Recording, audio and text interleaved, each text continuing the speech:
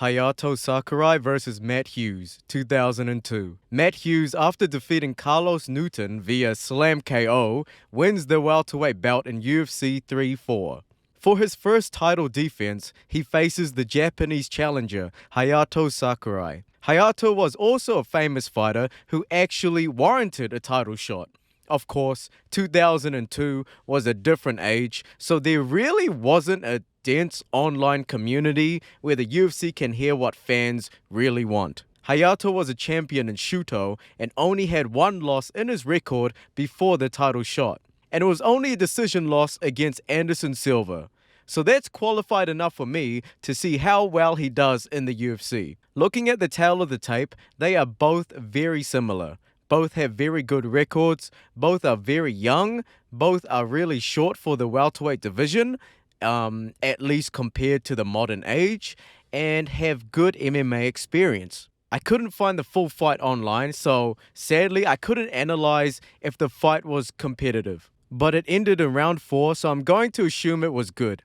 In round 4, Matt Hughes finishes Sakurai with ground and pound. During that, he showed a good display of ground game compared to Sakurai, which foreshadows another entry in the video. There's those elbows that are not allowed in judo. That one...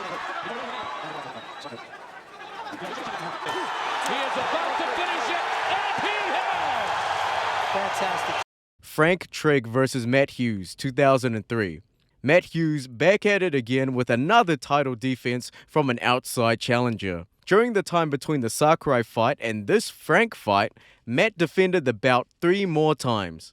He finished Carlos Newton again, got the doctor stoppage win against Castillo, and won via unanimous decision against Sean Shirk, making his record 34-3 at the time. At least that's what the wiki says. I don't know why, but the UFC and the wiki says a different fight record. So in comes Frank, who had a good record of 10-1 at the time, fights for the title. It was a good stylistic matchup, considering Frank was a state wrestling champion and also a previous MMA champion in the WFA. Sadly, although on paper it sounds like a competitive fight, Frank gets finished by Matt in the first round via rear naked choke. Sorry for the slideshow, but basically Frank tapped to the rear naked choke while he was falling. This would have been fireworks in the modern age. Imagine in this modern era, Bilal submits Shavkat in round 1, just like that. Gilbert Melendez versus Benson Henderson, 2013. We now shift 10 years ahead of time and dive into the lightweight division. Gilbert, the challenger, faces Benson Henderson. Why was he a title shot challenger compared to the other ranked fighters? Because he had a very good image.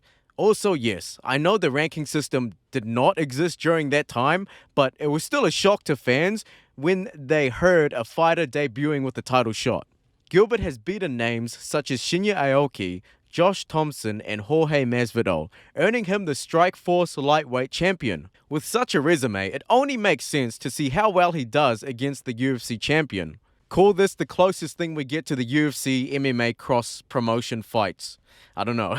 Also, I struck gold here when I saw the Jackson podcast already showcases Gilbert himself talking about this specific fight.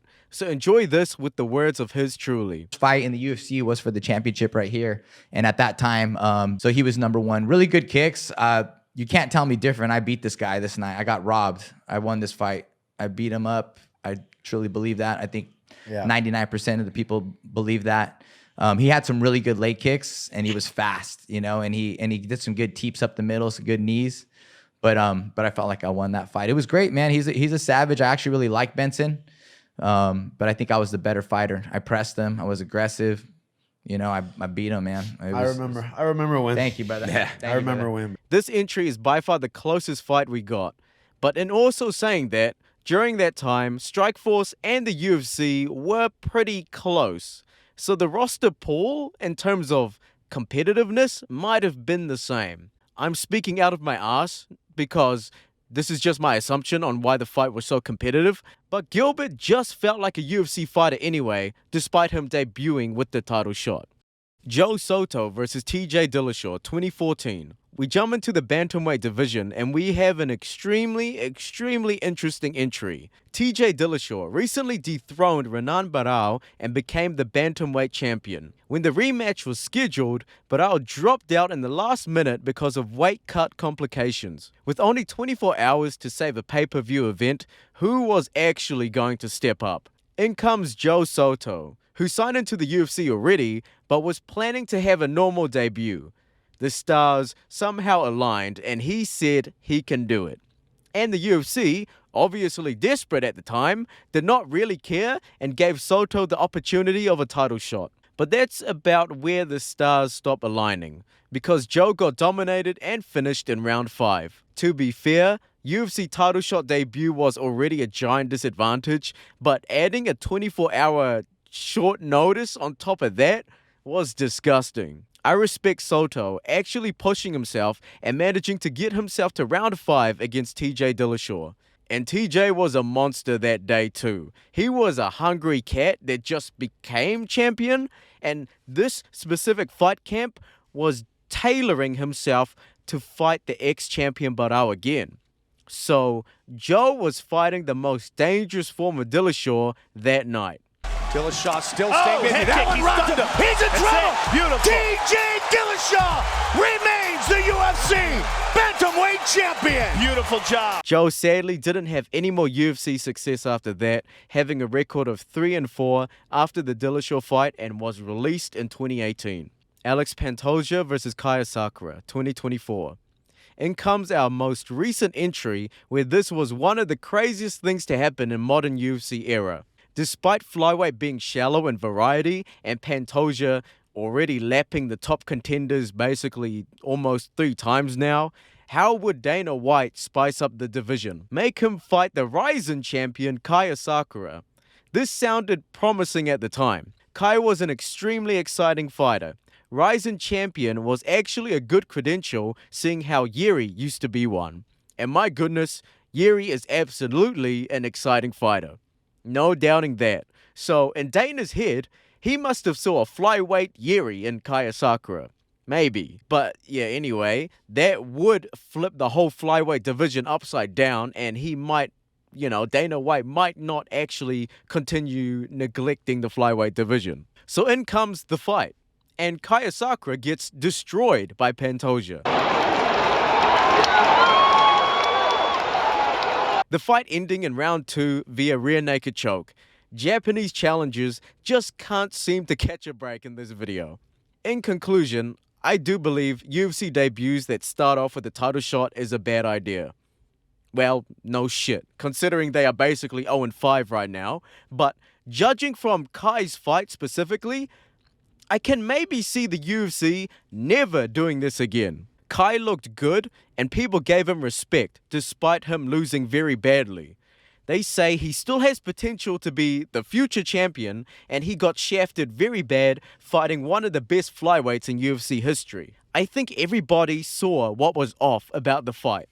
Kai, very nervous, just didn't know the magnitude of the UFC. He just didn't know what to prepare for. He didn't know how big world-class fighting is. If you look at the fight replay, Kai was just planning his top moves. Knee, high lead kick, flying knee, rushing punches. These were all KO highlight moves at his time in Rizin as a Rizin champion.